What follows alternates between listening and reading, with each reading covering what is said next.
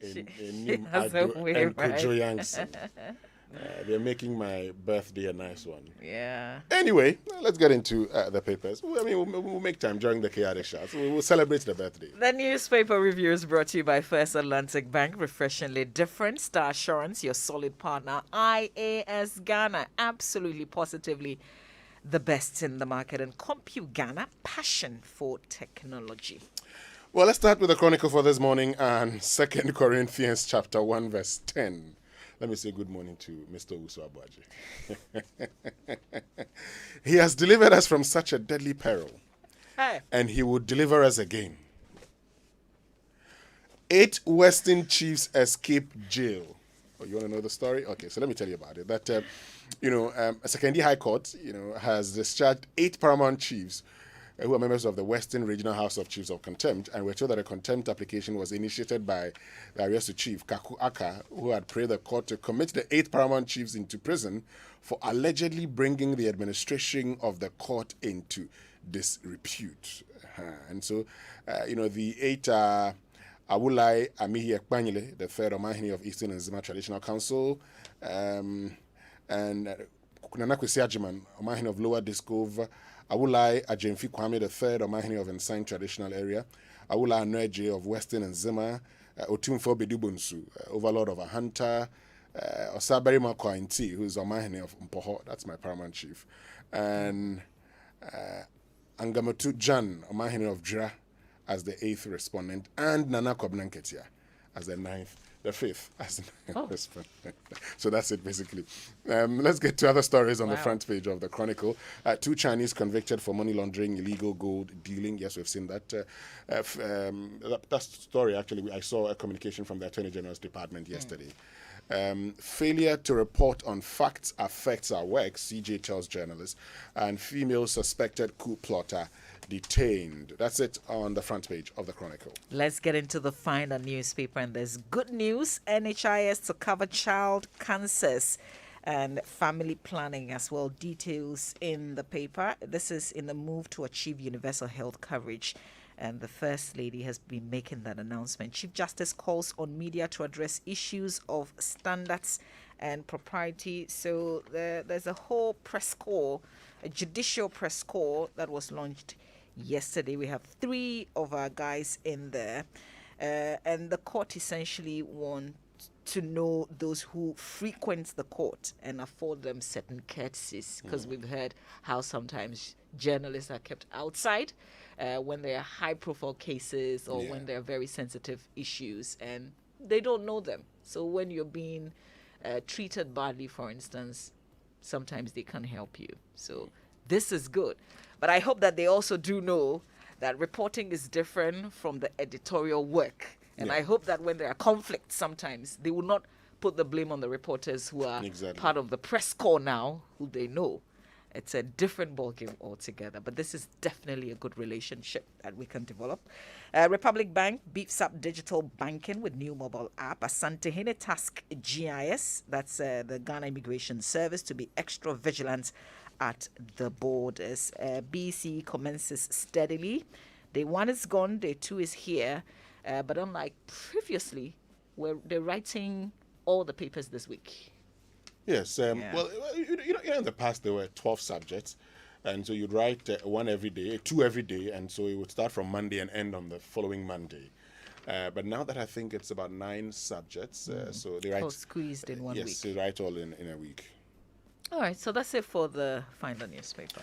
Well, the Economic Times says job availability rises, and they've been, looking at the number of job advertisements in the dailies in the month of August to say that in total 4,051 job adverts were recorded as compared to 2,352 for the same period in 2020, indicating a year-on-year growth of 72.2%.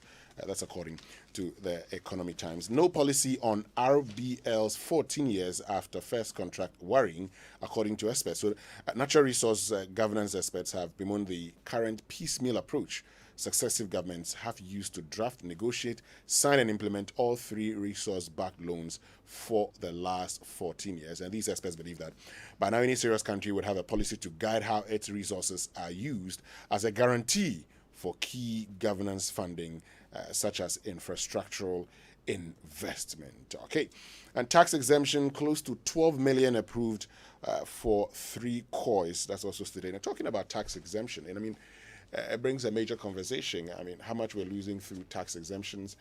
We should have a definite policy on tax exemption. There's been that conversation for some time now. Well, as we get to the presentation on the budget, this would come up again. We'll talk more about it, later on. Yeah, but why should huge companies who have the capacity be exempted? And the little things that we ask for to make life easier for us, we can't get it. So if they are benefiting and we're losing, we have to look at that again. But here's the Daily Guide newspaper. NDC playing politics with LGBTQ plus bill, says CDD boss. Alban Bagben hits police over Sosu. You're speaking in Kumasi yesterday. Still can't understand why the Member of Parliament for Medina, there was an attempt to arrest him, and now the court case. There's a court hearing today, by the way. His lawyer, Victor Adawudu, he's unsure if his client is in the country. But he will be in court, whichever way. I guess we will get to know if Francis Xavier Victor normally likes it when you add Kojoga. Mahama NDC 1 million ballot papers dubious, according to the Attorney General, Godfrey Yeboah Dame. Has been making some statements reacting to the former president's claim and the petition by the party to the police as well. Here's what Godfrey Yeboah Dame has been saying. He was speaking at the opening of the Commonwealth Election Professionals Initiatives Africa Region Training Workshop, which is being held in Accra. It was held yesterday. And here's what he said. He said the Supreme Court has dealt with this matter, and this latest allegation is baseless with dubious intention. I see. All right, so I guess that's it for the Daily Guide. Let's get to the Ghanaian Times and 2022 budget. It must tackle unemployment and economy's decline. That's how the Ghanaian Times puts it. Labor unions demand, and comes to the photograph of Morgan Ayawine, who is the General Secretary of ICU. And so, I mean, they're talking about the fact that the budget must address the unemployment and economic decline and promote job creation. So that's what they're talking about. They said that the COVID-19 pandemic had exacerbated the already bad economic conditions situation in the country and pushed a lot of people out of jobs, and there must be measures to cushion the citizens of growing hardships in the country. When we had Professor Noel Tego, now Professor Noel Tego is one of those credited with designing the CIMA curriculum. That's the Institute of Management Accountants. Now, one of the world's foremost accountants. He told us one thing. He said, "Why the rush?" That he felt we were rushing out of COVID-19, and that we had to hasten slowly. When he was here, he talked about the fact that, look, we talked about Agenda 111, fantastic. But how about those facilities which lack equipment? What's happened to them? He said, you're thinking about a Ghana Cares program, or Batanpa, Coronavirus Alleviation Revitalization Enterprise Support Scheme. 100 billion Ghana cedis over a 3-year period. You say it's going to be funded by government and the private sector. He says, fantastic, but you need to take your time, because we know where we find ourselves. If you hasten, what you will do is that you begin to borrow more. If you hasten, because you then will be thinking of having to generate more revenue.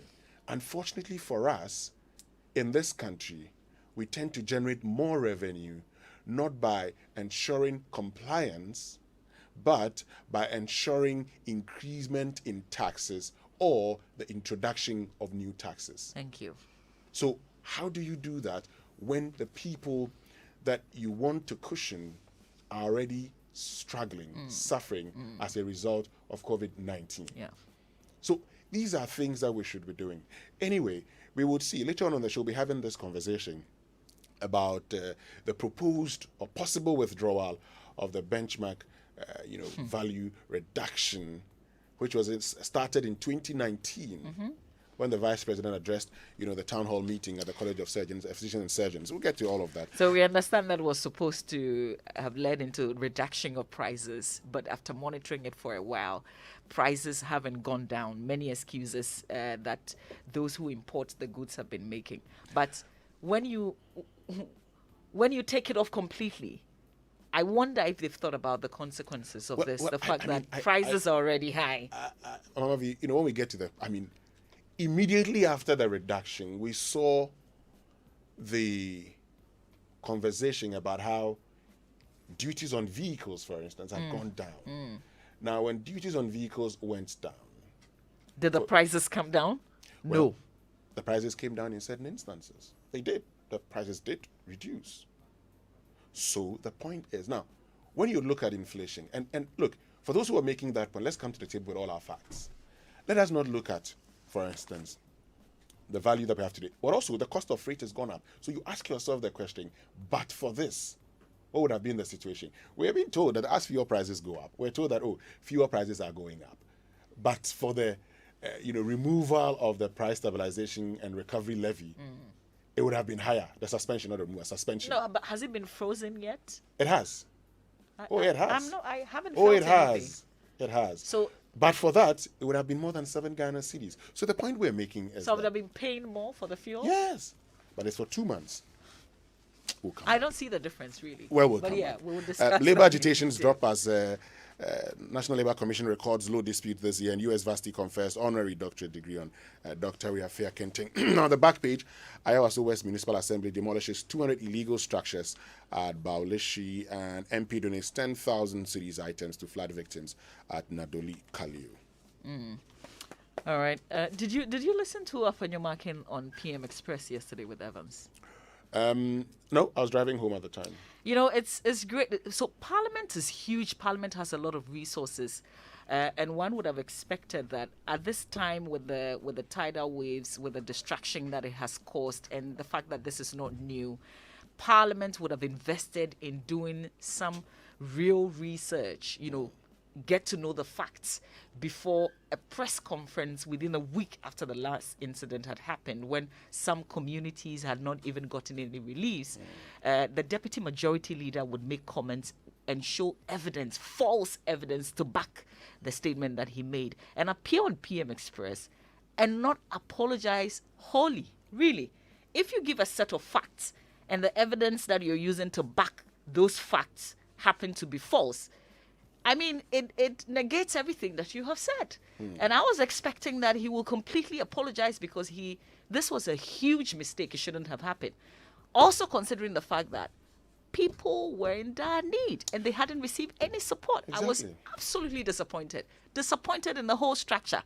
Parliament should be doing more than it has done. We should be talking about how this is input, an input is made into the budgets so that people can get relief next time and not be in the situation that we find ourselves in. He should come again. Great points you make there. We'll come back to that. But let's get to the remaining papers, and let me finish that with the Daily Graphic. The Daily Graphic says that for childhood cancers treatment free, Mrs. Akufo-Addo discloses. So that's on the NHIS. And digitalization catalyst for job creation, according to experts. Saboba tragedy, headmaster interdicted, remanded, and 32 teachers arrested over BECE malpractice. Already we're getting... Already? We'll come back to this. But let's get to our online news review now. Brought to us by Zenith Bank, in your best interest, Goil Good Energy, and Enterprise Life. No matter how much you make for a living, Enterprise Life has life solutions carefully crafted for you. Enterprise Life, your advantage. I feel like me, I'm not feeling the freeze of the price stabilization levy. Then you want to be part of Goil's Go Club, so that you can enjoy the 2 pesos and the 3 pesos discounts. It's 3 pesos per liter discount on fuel. They've got amazing discount on lubricant purchases. They have free life insurance cover, also provided by My Life Insurance. You can accrue and contribute loyalty points to a social group to fund an approved CSR project, and above all, enjoy exclusive Goil branded campaign gifts. How to be a Go Club Member, visit GOIL stations or their offices. Visit their website, registration.goil.com.gh, and all GOIL social media platforms. GOIL, good energy. Well, let's get to myjoyonline.com for this morning. And you had no such power to arrest Susu, Speaker tells police. And we're back to the story again. Interpretation and everything. I did not get the real picture of the weakness of our parliament until I became Speaker. That's Alban Sumana Kingsford Backbeing. It's a wrong perception that food prices have increased. Our statistics do not support it. I'm tempted to go to Malata again. You know, the first time when you said the plantain was 5 cedis. I went to Malata and I told the woman that I buy plantain from. When I think she said, 20 cedis or so. And I said, the minister said it's 5 cedis. His statistics. Let's get to citynewsroom.com. It says, Ghana is broke. Don't expect freebies in the 2022 budget, according to analysts. We'll get to this particular conversation. It's a very important one. But let's get to BBC. And Biden tells Xi Jinping not to undermine Taiwan peace. Well, let's get to the BBC News now, brought to us by Fidelity Bank, Believe With Us, and Sefi Brothers.